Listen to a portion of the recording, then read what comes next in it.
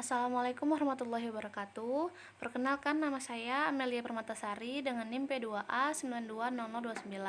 Di sini saya memenuhi kewajiban saya di tugas mata kuliah Media Pembelajaran ICT dengan membedah jurnal dengan berjudul Kemampuan Guru Matematika Mempertahankan Substansi Materi Melalui Proses Pembelajaran Online dengan dosen pengampu Bapak Dr. Andes Jeffrey Marzal MSc DIT. Jurnal ini ditulis oleh Febri Giantara dan Astuti, tahun terbitnya 2 November 2020. Lalu dari jurnal ini bisa saya jabarkan 3 sintak, yaitu COVID-19, pendidikan matematika, dan daring. Nah, kasus pertama virus corona di Indonesia diumumkan oleh Presiden Jokowi pada tanggal 2 Maret 2020.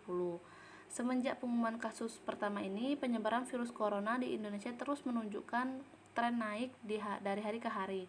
Tren tersebut mengakibatkan pemerintah harus mengambil beberapa langkah. Salah satu langkah yang diambil pemerintah terkait dunia pendidikan adalah menjalankan seluruh proses pendidikan melalui proses online di semua jenjang pendidikan, dimulai dari pendidikan anak usia dini sampai perguruan tinggi.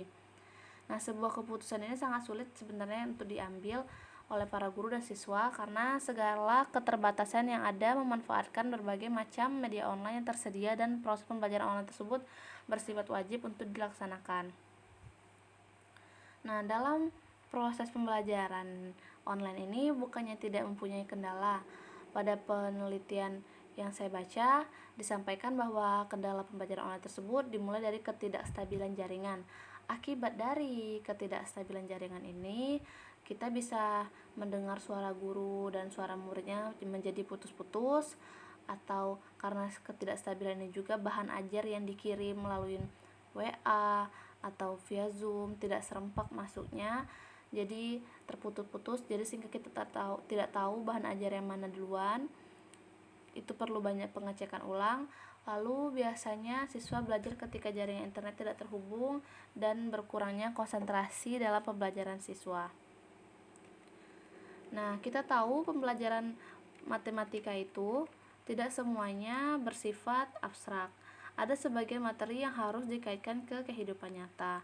Namun demikian, karena kondisi sedang COVID-19, maka dari itu di sini dituntut kreativitas guru dalam memberikan waktu yang dalam memberikan pembelajaran yang singkat, padat, dan jelas serta menarik.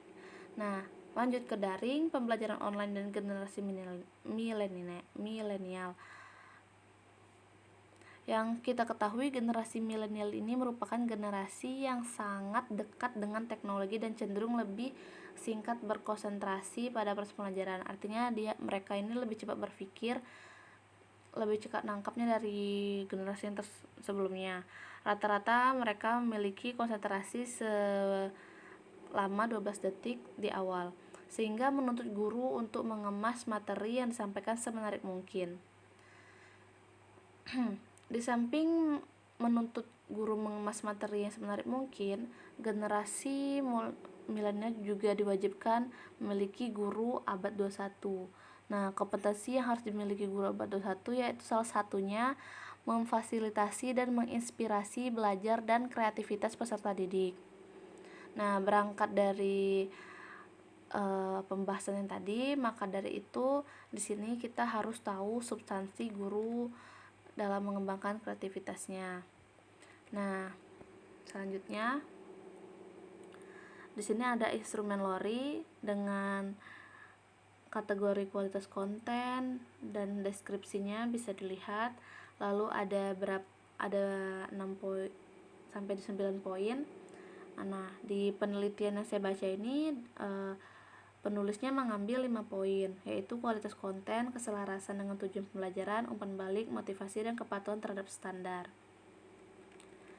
Jadi penelitian yang dijalankan di sini adalah penelitian yang bersifatnya kuantitatif deskriptif, yang dimana proses pertamanya itu menghitung jumlah kemunculan suatu kategori, lalu ukuran pemusatan, mean, median, dan modus. Untuk ukuran ketiganya, ukuran penyebaran, simpangan baku, simpangan rata-rata, dan jangkauan. Nah, hasil dari penelitiannya bisa dilihat di sini ada indikator kualitas konten, yaitu pembelajaran daring melalui banyak media yang biasa akrab di kita, yaitu media pembelajaran melalui Zoom, Google Meet, lalu YouTube, Classroom, kolaborasi Zoom, Cisco Webex, dan Facebook.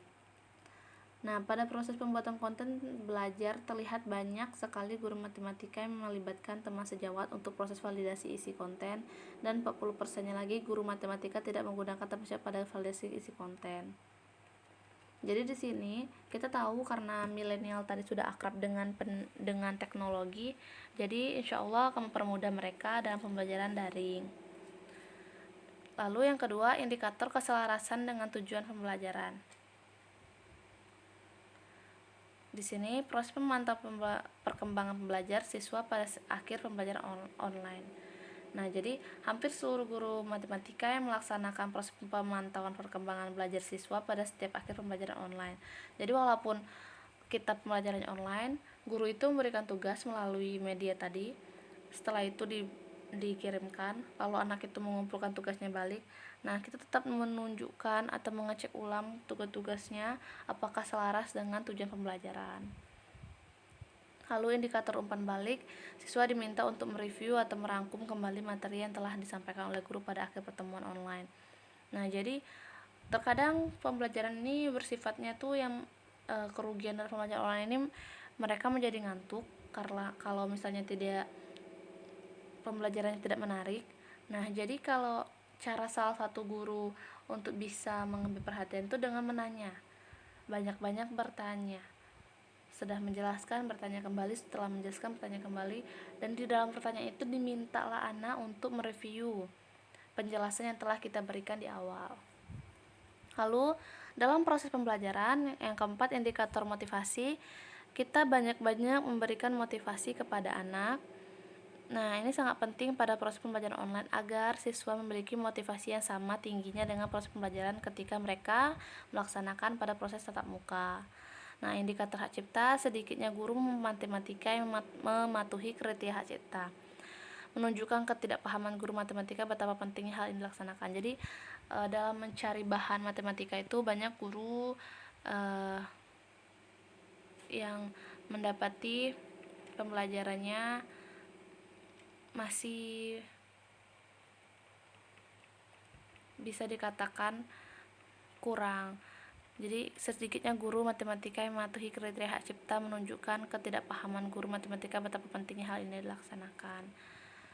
Jadi dari penelitian ini dapatlah 5 kesimpulan. Yang pertama, guru matematika belum sepenuhnya memperhatikan kualitas konten materi yang disampaikan pada proses pembelajaran online. Nomor 2, guru matematika memperhatikan tercapainya tujuan pembelajaran melalui proses pembelajaran online. 3, guru matematika memberikan umpan balik dan motivasi kepada siswa melalui proses pembelajaran online. 4, guru matematika kurang memperhatikan hak kekayaan intelektual pada proses pembelajaran online. 5, saran untuk peneliti berikutnya agar peneliti menggunakan seluruh indikator dan menganalisis kendala yang terjadi ketika proses pembelajaran online yang berlangsung. Sekian dari saya ucapkan terima kasih. Wassalamualaikum warahmatullahi wabarakatuh.